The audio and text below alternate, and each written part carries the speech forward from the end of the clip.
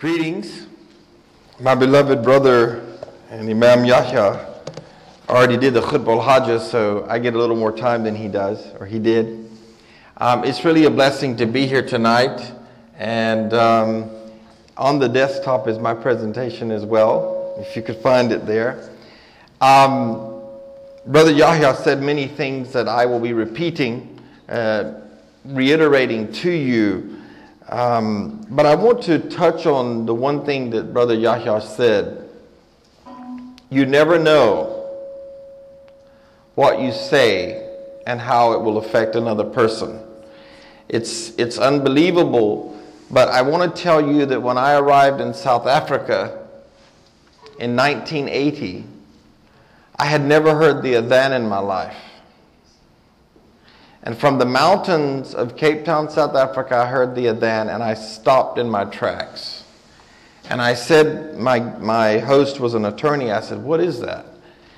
He said, "Oh my God, man." He said, "That's those Muslims, those crazy Muslims. They go from morning to night." I said, "Well, that's the most beautiful thing I've ever heard in my life." I said, "It absolutely vibrated in my heart." Now, I believe that seed, at that very moment, was when I was called to Islam. I spent 6 years working in anti-apartheid work and never got invited to a masjid and never got invited to Islam in that country. I came back to America, and I just want to share this only because what the brother said about a seed or something that you might hear. I came back to America, and I started praying and meditating that God would help me to find my religion. As many of you know, I was a Christian minister. I had a scholarship to Duke when I was 17. And I just basically worked and meditated. And when I met this gentleman, I said to him, "I don't know what your religion is, but God has guided me to you." And he said, "No, there's no compulsion in my religion." And, and this went on for 3 months. I could not get anybody to share Islam with me. So I want to remind you that you are the most blessed people in the world. You have a ni'mah, a blessing that is too beyond comprehension. It is beyond your ability to express. And that is what you're actually inviting people to. And we really need to wake up in the morning, look in the mirror, and say, "I have an awesome opportunity today. I'm a Muslim, and I have an opportunity to invite someone to peace, to invite someone to security, to invite someone to Islam." How to invite? And I believe this is the only ayat translation that I put in my slide, because I said to Imam Yahya, "You do the Quran and I'm going to do the in the trenches stuff." He did a beautiful job, I must say. In Surah 16 and 125, "Invite mankind, O Muhammad, to the way of your Lord with wisdom, kind advice, and reason with them in a better way that is better. Surely your Lord is God who knows best who has gone astray from Allah's way, and Allah knows best those who are guided."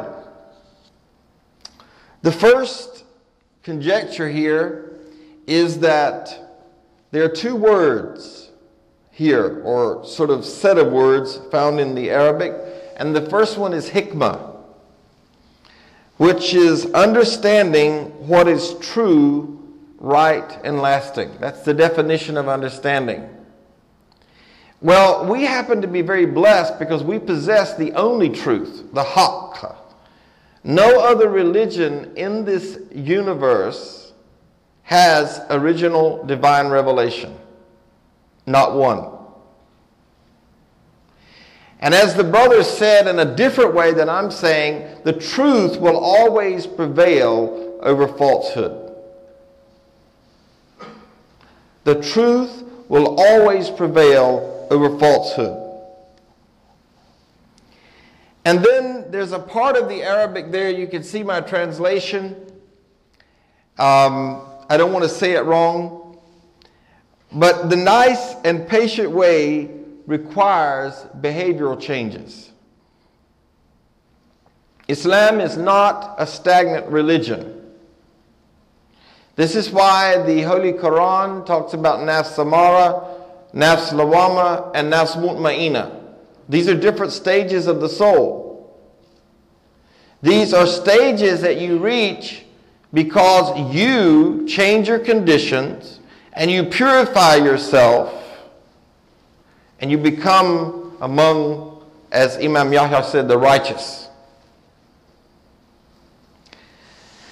Wisdom in conjunction with the book. Now, wisdom is knowledge applied. If you have it in your head and you don't implement, it's actually going to be a curse to you. If you have it in your head and it doesn't reach your heart, you're not going to be very enthused about that what you're sharing. It'll just be a head trip. Inviting is obligatory. It is dynamic and an interactive system or process involving influence, impact, and action. If you study the lives of the beloved companions, they were people of influence.